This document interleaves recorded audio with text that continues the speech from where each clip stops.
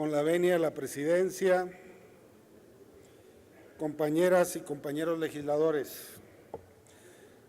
la Comisión de Puntos Constitucionales de esta Cámara de Diputados ha hecho llegar al Pleno de esta soberanía un proyecto de decreto por el que se reforman y adicionan diversas disposiciones de la Constitución Política de los Estados Unidos Mexicanos en materia de anticorrupción.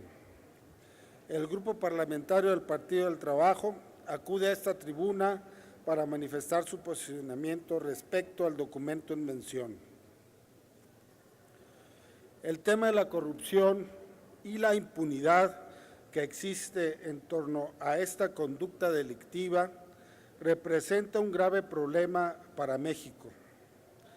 Por el caño de la corrupción se desvían miles de millones de pesos y una de sus causas es la impunidad que impera a todas luces vista, como lo es el reciente y famoso caso de las casas de Peña Nieto y Videgaray. Alcanza niveles inaceptables como los que señala el Índice de Percepción de la Corrupción del 2014, elaborado por Transparencia Internacional, en el que México se ubicó en el lugar 103 de una lista de 175 países investigados y obteniendo una puntuación de 35 sobre un total a obtener de 100. Dentro de los países de la OCDE, ocupamos el lugar 34 de las 34 naciones del organismo, es decir, el último, destacando el hecho de que somos el país con la puntuación más baja entre todos los integrantes del órgano, donde se agrupan las economías más desarrolladas del mundo.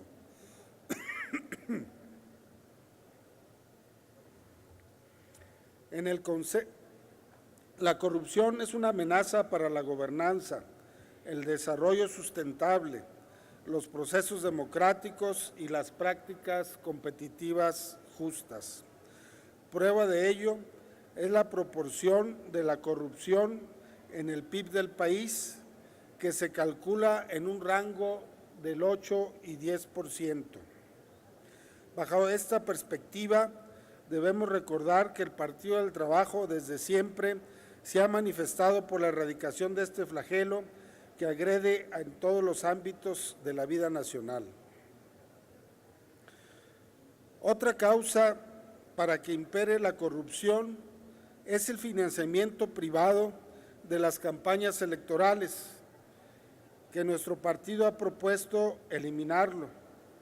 Quienes financian las campañas posteriormente recuperan su inversión con obras sobrevaluadas o no realizadas, o con devolución o exención de impuestos, y de esto tenemos muchos ejemplos. Solo para señalar algunos, la venta de Banamex, que se exentó de impuestos, el caso de Ahumada, entre muchos más. Además, el combate a la corrupción debe ser como el barrido de las escaleras, de arriba hacia abajo.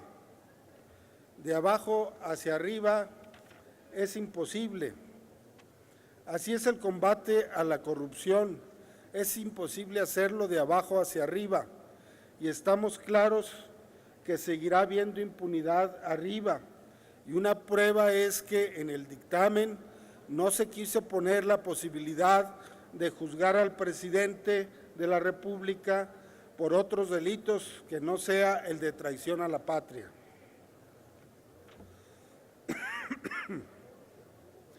Los países capitalistas que tienen los más bajos niveles de corrupción también tienen un mejor nivel de vida en sociedades menos desiguales, con un desarrollo más armónico, como es el caso de los países nórdicos, Finlandia, Suecia, Noruega. También hemos visto cómo el régimen utiliza la corrupción y su fiscalización para el control político. Si no se alinean los gobernadores, presidentes municipales o líderes sindicales, los meten a la cárcel. Así la usan la corrupción para sus intereses. Ahí está el ejemplo de la líder sindical magisterial, Elbester Gordillo. No se alineó a la disque reforma educativa y la encarcelaron. En cambio, el líder petrolero sí se alineó a la contrarreforma energética y allí anda libre sin ningún problema, aunque también se haya enriquecido a costa de los trabajadores y del presupuesto público.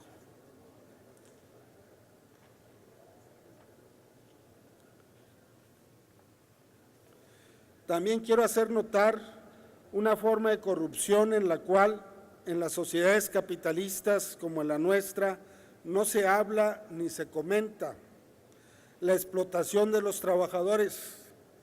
Cuando tenemos grandes empresarios que se enriquecen de manera insultante a costa de pagar salarios miserables a sus trabajadores, y un ejemplo es el del señor Larrea del Grupo México, que además de los salarios bajos, sus trabajadores se desempeñan en condiciones que ponen en riesgo su salud y su vida, mientras él goza de los primeros lugares en la lista Forbes entre los más ricos del mundo. Este es solo un caso de los muchos que hay donde se despoja a millones de trabajadores mexicanos de un salario digno y justo. Y aunque esto en el capitalismo de manera dominante se ve muy natural, es un despojo y un gran robo a los mexicanos y no tiene justificación moral y ética que valga, solo que la ley no está a la altura de esta necesidad social de evitar este atraco contra los trabajadores. La autonomía que debería tener el órgano encargado del combate a la corrupción no se logra, como no se ha logrado con el INE, que está al servicio de los poderes fácticos que usan al presidente, al PRI y al PEVEN para su beneficio particular en contra de los intereses generales de la nación. La única forma para lograr la autonomía del órgano que combata la corrupción es que su titular sea electo por el pueblo, con el voto directo y universal del pueblo de México. En este próximo proceso electoral federal solo se elegirán diputados federales. Pudiera elegirse también al responsable del combate a la corrupción y al Procurador General de la República.